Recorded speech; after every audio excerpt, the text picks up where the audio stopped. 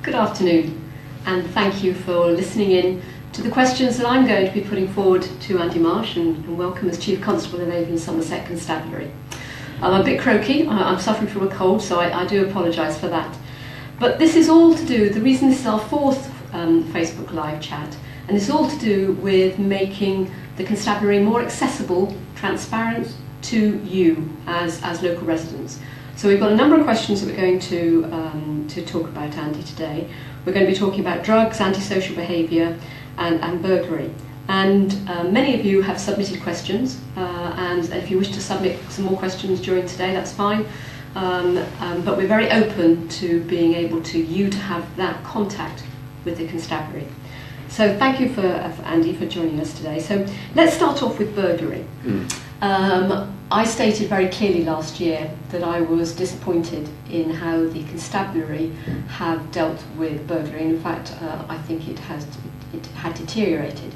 I know you've put in quite a lot of measures in place. I wonder if you could update us about what you've done and how we'll see that impact. Well, burglary of people's houses or businesses it's an intrusive crime, and it's one that we would want to take seriously and tackle effectively. So over the last 20 years, burglary of people's houses has fallen from, in Avon and Somerset, well over 10,000 a year, far too many, to around about 4,000 to 5,000 a year. Still too many, but a significant reduction.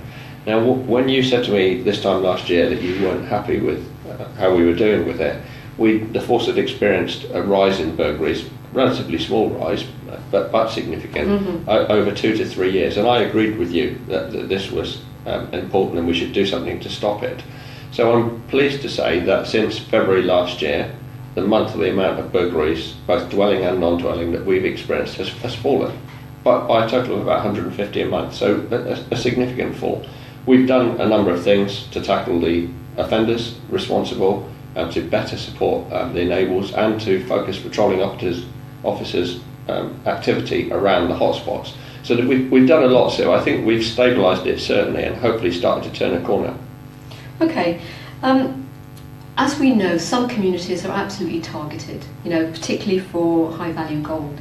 What steps are you taking, and what steps can you encourage residents to take as well? Well, the high-value gold burglaries are something that we've seen more of over the last couple of years, and it's particularly happened because gold value has increased significantly. So it's a readily disposed of commodity, very precious personal jewellery, which can be quickly melted down, effectively lost and turned into cash for burglars. And it has a tremendous impact on the family, because this is their heirlooms. This is something that they really value far beyond the cash value. It's incredibly distressing, and to be fair, it's dangerous as well. The people that are conducting these sorts of burglaries are operating across force areas across the whole country, and we would say it's the activity of organised criminals. So we've set up in the last year something called Operation Oblique. That's the name that we've given to tackle high-value gold burglaries, and they've made 42 arrests, 12 suspects or offenders, actually depends where they are in the criminal justice system, are now in custody. So we've started to turn a corner. We've worked with other forces, including recently where the motorway unit from West Midlands stopped a vehicle that we believed was involved in these high-value gold burglaries. There was a pursuit, the vehicle was stopped, the people were arrested, but it had jewellery in the car from a number of offences. So we're making some good progress, and we've started to see high-value gold burglaries decrease. So proactively, that's good. The community can really help us in lots of ways. So looking out for each other, joining a neighbourhood watch scheme, and believe it or not, there are over 10,000 households in Avon and Somerset in Neighbourhood Watch, coordinated by the Avon and Somerset Neighbourhood Watch Committee. We would love to see more activity by communities keeping themselves safe. I do understand why people would want their jewellery to hand, but it may be prudent when they're not actually using it, if it is particularly high value, that it's stored in a secure storage premises, might be a bank or otherwise. We would obviously also want communities and householders to make sure their properties are secure. Believe it or not, many burglaries do take place through insecure doors and windows. Right, yes, I think that is something that I do hear about. So let's talk about when, you hear about victims being hit a couple of times, particularly if they're vulnerable. What can we do to protect those particular individuals? Well, anyone who's subject to burglary should be referred into Lighthouse, the initiative that you set up to provide more appropriate victim aftercare and support to people who suffer this sort of crime. So Lighthouse can offer lots of different remedies to help people recover physically and psychologically from the experience. It is a fact, unfortunately, that if you're a victim of burglary, you're more likely to subsequently be another victim. So it's very, very important that that opportunity is taken to strengthen your defences against another attack on your property. We do run a bobby van scheme, so if a victim of burglary is vulnerable, we've got a person with a van that will go and put in some additional security measures. Yes, I've heard some tremendous good stories from victims who have that. So are there any other measures that communities can do? Strong communities don't allow crime to flourish. So I suppose it's looking out for each other, really. It's looking after their own property through keeping it safe and secure, potentially securing their property, their high value jewellery somewhere else when they're not using it.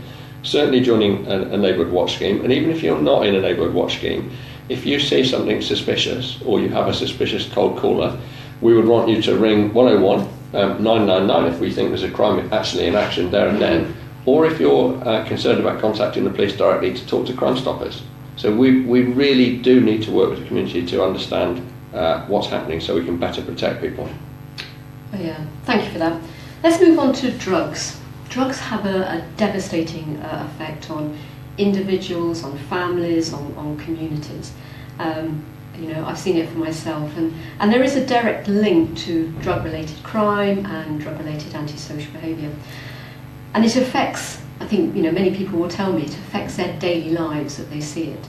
So what initiatives are the constabulary doing in tackling this? Well, there's lots and lots of things, but we can put them into different categories, and I'm happy to expand on any of them. So naturally, we conduct a significant amount of enforcement activity, predominantly against people who are involved in the supply of illegal drugs, and that's changed very significantly over the last 5 to 10 years. So we've seen the rise of new psychoactive substances, incredibly damaging to the That's what a lot of people call legal highs, isn't it? New legal highs is a colloquialism for them. Yeah. But they can be more dangerous and more powerful than some of the more traditional drugs, for sure, in my opinion.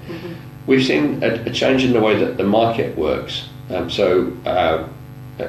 an offending activity which we call county lines, where people from outside, this is a national problem by the way, not just Avon and Somerset, people from outside a locality will look to move into that locality, taking over, let's say, a vulnerable person's home to deal drugs. And we've significantly experienced that sort of criminality coming from London, coming from the Midlands, and the northwest of the country. So there's a lot of work we're doing on enforcement. I can tell you some more about that.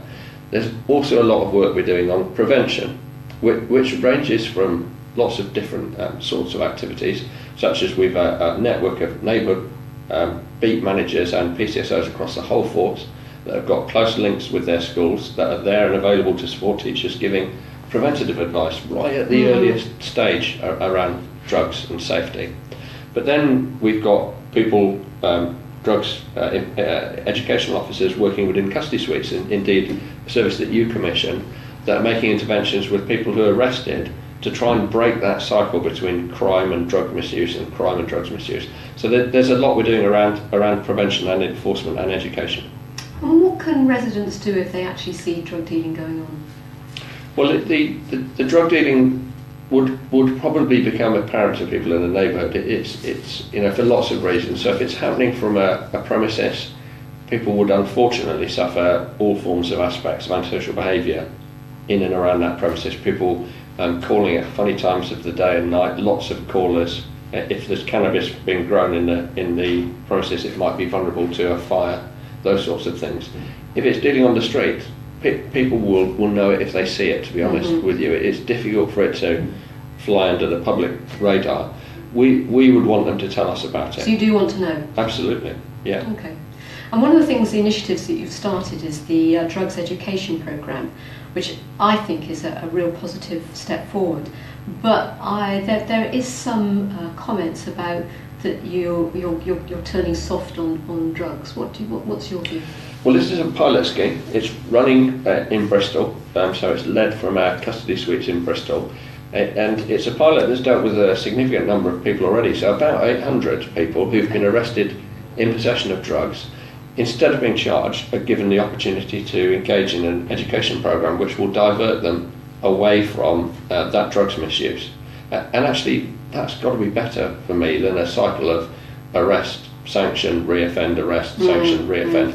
So it's an opportunity to break the cycle. We will clearly evaluate it with a very rigorous eye to check whether it's working, but it isn't going soft at all. It's actually leading people who sometimes have chaotic lives that are leading to harm and criminality, being given the opportunity to turn those lives around. And I think it's very clear that it is not decriminalising drugs. I mean, if that's something that people want, then that's something they've got to discuss with their MP. It is not something for the police. Yeah, it's not a debate I think it's constructive for me to engage in right now. There's an awful lot that we do around drugs misuse to protect people and communities. That's what I want my officers and staff to focus on. If people in the community suspect that there is drug dealing taking place, then we wouldn't want to know about it. Thank you. So let's move on to antisocial behaviour, ASB as it's called. This really does blight lives. This is something that for many people who may not be affected by crime, but antisocial behaviour can challenge the way that they walk to the shops and they lead their daily lives, and it can be very stressful. So what are the police doing to address antisocial behaviour? Well, we want, it's our vision for people to be safe and feel safe. And clearly antisocial behaviour is an issue, as you point out, Sue, that can blight people's lives and make them feel unsafe and insecure. We have about 35,000 reports of antisocial behaviour every single year in the whole force, so this is quite significant, isn't it? It's very significant. But actually it's fallen by 18% compared to last year. Now the reasons for that are predominantly that we are classifying more antisocial behaviour as crime. That doesn't mean that we're not taking it seriously. We're recording it as a crime. We are taking it seriously. But if it's, let's say, criminal damage to offence, we would call it criminal damage to offence and not antisocial behaviour. So there is a blurry line between crime and antisocial behaviour. We will recognise that and deal with it in a joined up way. So each of our local police commanders have got dedicated antisocial behaviour coordinators. They avail themselves of a legal advisor because actually this is there are a number of specialist powers that we can use to control people who are not respecting their neighbours, not respecting the law.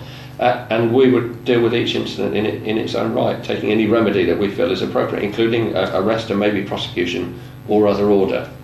Okay, so how can residents get more involved in being able to work with the police? Well, sometimes, and this is a difficult one that the police have to deal with, that there are two parties involved in antisocial behaviour, and some mediation is required. It's not clear whether there's necessarily a right or wrong, and this might be, for example, if we got drawn into a dispute over a boundary on a drive. Or a neighbourhood dispute. Yeah, exactly. So we would want people to be reasonable and try and work through the problems with the police. We can't always solve them for them, but actually it's a matter of reporting it to us and seeing what we can do with local authority and other partners. And that's a real move for the constabulary, moving into actually problem solving rather than just moving it around. Yeah, we whether it's crime or antisocial behaviour, we would look at the different characteristics, and they could be characteristics about why is the person a victim of this? What could we do to help make them stronger and more secure? Who are the offenders? You introduced burglary to start with. A relatively small number of people commit burglary. We need to be really tough on the offenders. And the same goes with antisocial behaviour. If people are committing crime, then we need to deal with it, and we'll do that. And then the third aspect is where is it happening? Now this can traditionally be the parts of the community where people might gather in a way that causes antisocial behaviour. We would want to address each of those three features to solve problems. We can't do it on our own. Virtually always we'll need to work with a local authority or other partner, including the voluntary sector, and certainly we would need to work with the community. And that relationship, that partnership working, because you do quite a lot of work now with housing associations, don't you? Yes, we do, and actually people naturally take their homes as a very serious thing. And actually, whilst there are certain sanctions the police might be able to bring to cause an individual to stop doing something, whether it's drug dealing, crime and social behaviour, actually there are certain things that a housing authority can do, including putting a tenancy under jeopardy, which sometimes people committing crime and social behaviour take much more seriously. So we have very close relationships with